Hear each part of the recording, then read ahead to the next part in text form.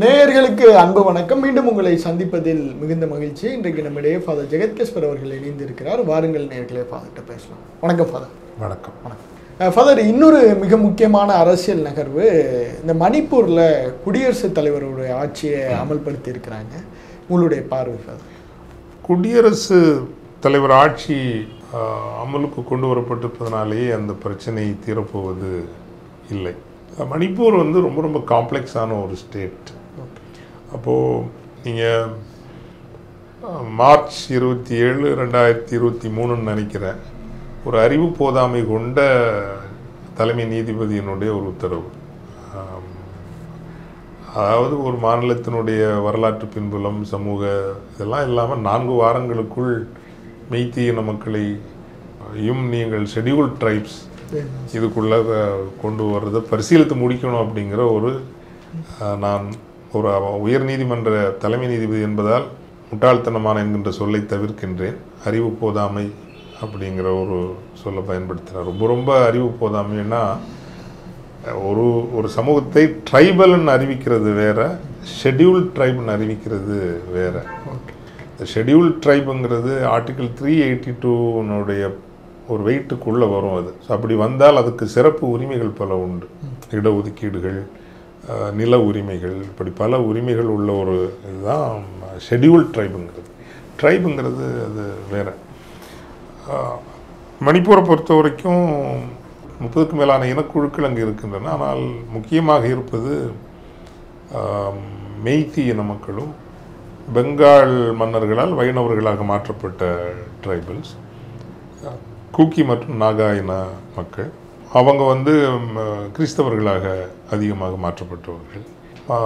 தனிப்பெரும்பான்மை அப்படின்னா ஏறக்குறைய 54% மெய்த்தி இன மக்கள், ஒரு 20% கூக்கி, 20%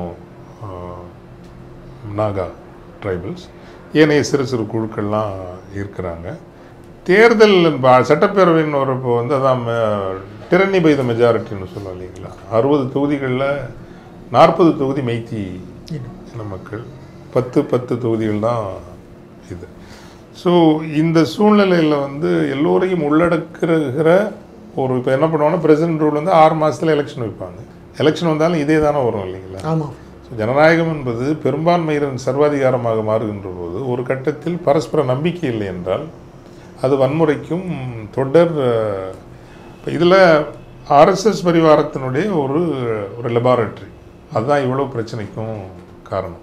அதில் 2 இருக்குது. ஒன்று, ஏன் இந்த அதிரடியாக கொண்டு வர பார்க்குறாங்க, அல்லது ஏறக்குறைய இப்போ மார்ச் 27 ஆரம்பித்து இன்னைக்கு வரைக்கும் ஓராண்டு காலத்துக்கு மேலே அது தொடருதுன்னா, ஒன்றிய அரசு நினைத்திருந்தால் இடைப்பட்டு இதை சரி செய்திருக்க முடியும். பண்ணலை, அப்படியே விட்டாங்க. ஏன்னா அந்த கூக்கி இன மக்கள் வாழ்கின்ற மலைப்பகுதிகளில் அழகான மலைப்பரப்பு, நான் ஒரு முறை போயிருக்கிறேன், மிக அழகான மலைப்பரப்பு. தமிழுக்கும் அதுக்கு ஏதாவது தொடர்பு இருக்குன்னு நினைக்கிறேன். ஏன்னா மணிப்பூருங்கிறதே அது ஒரு தமிழ் சொல் தான், மணிகளால் ஆன ஊர், அதுதான் அதனுடைய பொருள். எ பிளேஸ் ஆஃப் ஜுவல்ஸ்னு வச்சுங்களேன். மணிகளால் ஆன அந்த மலைகளை பார்த்தால் அப்படி ஒரு மணிகள் போல தான் அது இருக்கும். அந்த இதில் வந்து கிரிட்டிக்கல் மினரல்ஸ் நிறைய இருக்குது, கனிமங்கள். அது அதானிக்கு கொடுக்கணும், அதானிக்கும் அவர்களை சார்ந்தவர்களுக்கும். அதில் பின்புலத்தை பார்த்திங்கன்னா தமிழ்நாடும் அந்த வடகிழக்கு மாநிலங்கள் தான் அவங்களுக்கு ஒரு முக்கியமான கண். தமிழ்நாட்டில் இப்போ டங்ஸ்டன் வந்தது, அது மாதிரி தெற்கில் கனிம வளங்கள் இருக்கு இல்லைங்களா. முன்னாடி வந்து திரு வைகுண்டராஜன் அவர்கள் அதை கட்டுப்படுத்தினார். இப்போ அவரை நம்ம வந்து மணல் மாஃபியாங்கிற மாதிரி பிராண்ட் பண்ணோம். பட் இப்போ ஒன்றிய அரசு எடுத்து அதானிக்கு தான் அதை கொடுக்க போகிறாங்க. அது ஸோ அந்த சட்டம் கொண்டு வந்து தமிழ்நாடு அரசு கூட அதை எதிர்க்கலை.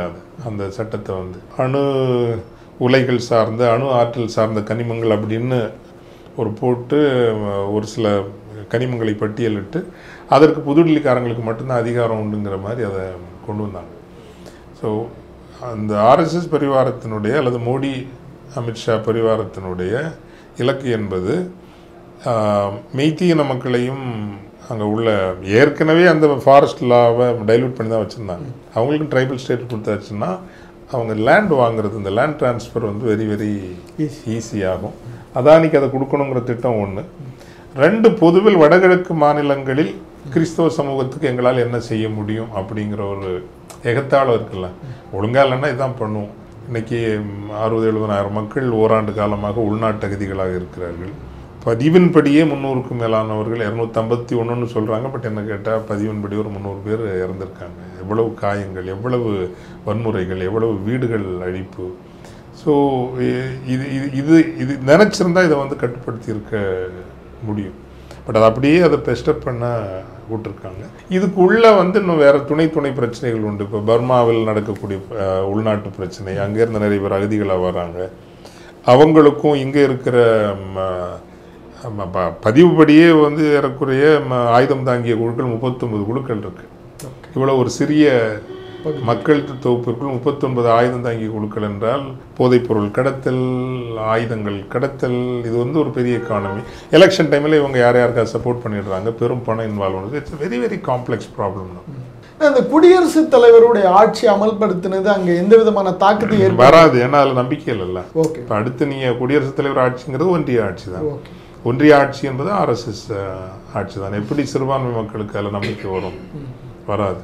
ஸோ உண்மையான ஒரு இதுன்னா நீங்கள் அங்கே வந்து ஒரு டியூட்டலர் கிங் இருக்கார், ஒரு பேரளவிலான ஒரு அரசர் மணிப்பூருக்கு இன்னும் இருக்கார். அவர் தலைமையில் வந்து ஒரு அப்படிதான் இந்த ஐரோம் ஷர்மிளா அந்த கருத்தை சொல்லியிருக்காங்க. அவங்க இன்னொரு கருத்தையும் சொல்லியிருக்காங்க. இந்த 3 சமூகங்களுக்கு மினி அசம்பிளிஸ் ஒன்று வச்சு 3க்கும் ஒரு சாலம் அசம்பிளி, ஒரு சட்டசபை இருக்கட்டும். பட் நம்ம இங்கே கோர்காலேண்ட் வந்து இல்லைங்களா, அதே போல் மெய்த்தீஸுக்கு ஒரு தனிக்குட்டி கவுன்சில், அட்டானமஸ் கவுன்சில், நாகாஸுக்கு ஒரு அட்டானமஸ் கவுன்சில், அதே போல் குக்கீஸுக்கு ஒரு autonomous council, and direct funding from the central government. So that financial அட்டானமியும் இருக்கும். பட் 3 முக்கியமான சட்ட உருவாக்கத்திற்கு, லா மேக்கிங்க்கு ஒரு அசம்பிளியாக சேர்ந்து வரலாம். அது நல்ல ஒரு கருத்து. பட் அதை செய்ய மாட்டாங்க, இவங்க செய்ய மாட்டாங்க. செய்தால் அது ஒரு நீண்ட கால தீர்வுக்கு வழிவகும். இப்போ மணிப்பூரில் நீங்கள் சொன்ன மாதிரி நிறைய கனிம வளங்கள் இருக்குது, அதை வந்து டார்கெட் பண்ணுறாங்க அப்படின்ட்டு. இப்போ இது மாதிரி இருக்கிறனாலே ஒரு பிரச்சனையை கிரியேட் பண்ணுறதே ஒரு ஸ்ட்ராட்டஜியாக வச்சுருக்காங்க. டெஃபினெட்லி. இப்போ இந்தியா நடக்குது அப்படி தானே. கொஞ்சம் நஞ்சமாக ஒரு 10 ஆண்டுகளில் ஒருத்தரோட சொத்து மதிப்பு 10 லட்சம் கோடி ஆகுதுன்னா எப்படிங்க அது நடக்கும்? ஸோ இங்கே நடக்கிறது வந்து மதத்தினுடைய பெயரால் ஒரு பெரும் ஆலிகார்கின்னு சொல்லுவாங்க. It is an oligarchy. இது வந்து ஒரு கேபிட்டலிசம் கூட கிடையாது இந்தியாவில் நடக்கிறது. It is not capitalism at all. கேபிட்டலிசம்னா அதானி போல் ஒரு 10,000 பேர் வந்திருக்கணும் இல்லை, அல்லது 1000 பேராவது வந்திருக்கணும், அப்போ தான் அது கேபிட்டலிசம். பட் அதானி, அதுக்கடுத்து கொஞ்சம் அம்பானி, இப்படி ஒரு 3-4 பிளேயர் தானே வராங்க. இப்போ மணிப்பூரில் இருக்கிற மக்கள் வந்து எந்த மாதிரியான முடிவுகளை நோக்கி நகரும்? ஏன்னா இப்போ வந்து அவங்களுக்குள்ள ஒரு ஒற்றுமை இல்லாமல் இருக்கிறதும் ஒரு பெரிய அளவில் பேசு பொருளாக இருக்குது. அந்த மக்கள் எந்த மாதிரியான முடிவுகளை? மக்களை பிளவுபடுத்துவதில் வெற்றி பெற்று விட்டார்கள். ஓகே, அதை தடுத்து நிறுத்த, அதான் சொன்னாங்க. ஒரு ஆண்டில் முதல்வர் பிரதமர் போனாராங்க, போகல. அமித்ஷா போனார், இராணுவத்திற்கு இன்னும் அதிக பவர் கொடுத்து தான் போனார். அங்கே ஏற்கனவே அமைதி பணிகளை செய்து கொண்டிருந்த அசாம் ரைஃபிள்ஸ் இருக்கக்கூடாதுங்கிற இதுவும், ஏன்னா அசாம் ரைஃபிள்ஸ் மக்களோட நம்பிக்கை ஓரளவுக்கு பெற்றிருந்தது. ஸோ ஏன் பிரதமர் அங்கே போகலை? இவ்வளவு எரிஞ்சுத ஒரு முக்கியமான மாநிலம், அதுவும் மயன்மாரோட எல்லை மாகாணம், இப்போ சென்சிட்டிவான ஒரு ஸ்டேட்டு. அதை வந்து ஒரு லெபார்டரியாக தான் பார்க்குறாங்க. ஒரு எல்லாம் ஓகே, ட்ரைபல் லேண்டை அபகரிக்கிறதுக்கு இது ஒரு வாய்ப்பாக இருக்க முடியுமா? ஒட்டுமொத்த வடகிழக்கு கிறிஸ்டியன்ஸுக்கும் ஒரு செய்தி சொல்லக்கூடிய ஒரு இதாக தான் அவங்க பார்க்குறாங்க. நல்லெண்ணத்தோடு அவங்க நடக்கலை. இப்போ மீண்டும் இந்த கலவரம் தொடர்ந்து தான் இருக்குமா? இதோட தேர்தல் காலத்தில் கடுமையான கலவரங்கள் நடக்கலாம். ஓகே, தேர்தலுக்கு பிறகும் ஒரு நீதியான ஒழுங்கு வரலைன்னா அது நடக்கும். நான் மீண்டும் சொல்கிறேன் இல்லைங்களா, ஜனநாயகம் என்பது பெரும்பான்மையினரின் சர்வாதிகாரமாக. இப்போ இந்தியாவில் பாருங்களேன், நான் திரும்ப ஏன் அதை சொல்கிறேன்னா, 200 மில்லியன் முஸ்லிம்ஸ். ஓகே, இந்த நாட்டினுடைய ஒரு 20 கோடி அளவுக்கான இஸ்லாமியர்கள் 10 ஆண்டுகளில் பாராளுமன்றத்தில் இடம் கிடையாது, பெருசாக இடம் கிடையாது, அமைச்சரவையில் இடம் கிடையாது, முடிவெடுக்கும் இடங்களில் இடம் கிடையாது, உயர்நீதிமன்ற உச்சநீதிமன்ற நீதி அமைப்புகளில் இடம் கிடையாது, இப்போ செக்ரட்டரி லெவல்ஸ்லேயோ முக்கியமாக இடம் கிடையாதுன்னா ஒரு கட்டத்தில் வந்து அவங்க இந்த அமைப்பின் மீது நம்பிக்கை இழந்து விடுவார்கள் அல்லவா? தங்கள் தலைவிதியை தாங்களே தீர்மானித்துக் கொள்ளலாம் என்று வன்முறைக்கு கூட அவங்க சென்றால் அப்போது நீங்கள் எப்படி தார்மீகமாக கேள்வி கேட்க முடியும்?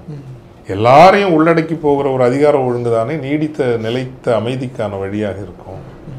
அதே தான் இங்கே நடக்கும். கண்டிப்பாக. நன்றி. நன்றி.